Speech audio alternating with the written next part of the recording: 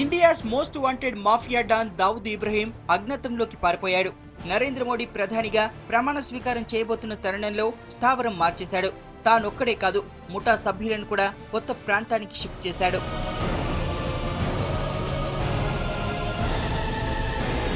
మోడీ అంటే దావూద్ కు ముందు నుంచి దడే. అధికారంలోకి వస్తే దావూద్ ఇబ్రహీంను పాకిస్తాన్ నుంచి భారత్ కు రప్పిస్తానని ఎన్నికల ప్రచారంలో ఓ టీవీ ఛానల్ కి ఇచ్చిన ఇంటర్వ్యూలో మోడీ హెచ్చరించారు. ప్రధానిగా పీఠమెక్కబోతున్న మోడీ అన్నంత పని చేస్తాడని దావూద్ భావిస్తున్నాడు. ఇండియాలో తాను చేస్తున్న కార్యకలాపాలన్నింటిపైన మోడీ నిఘా పెంచుతాడని అనుకుంటున్నాడు. ఇన్నాళ్లు కరాచీ కేంద్రంగా దావూద్ తన బిజినెస్ లావాదేవీలు నడిపించాడు.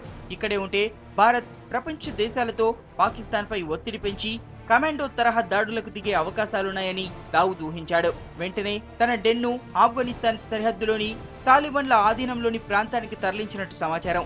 అక్కడి నుంచే ఐఎస్ఐ ద్వారా తన భద్రతను మానిటరింగ్ చేస్తున్నాడని తెలిసిందే.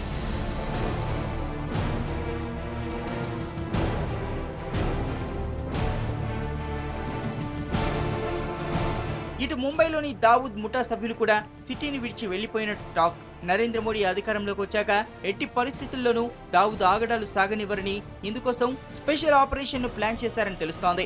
దావూద్ ను పట్టుకునేందుకు ఇంటెలిజెన్స్ బ్యూరో మాజీ అధినేత అజిత్ ధోవల్ సేవలను మోడీ కోరే అవకాశాలున్నాయి. దావూద్ గురించి సమాచారాన్ని కేంద్రంతో షేర్ చేసుకునేందుకు ఆర్కే సింగ్ లాంటి హోంశాఖ మాజీ అధికారులు కూడా సిద్ధంగా ఉన్నారు. పూర్తి స్థాయి సమాచారంతో, పక్కా వ్యూహంతో దావూద్ ఆట కట్టించే పనిలో పడింది మోడీ టీం.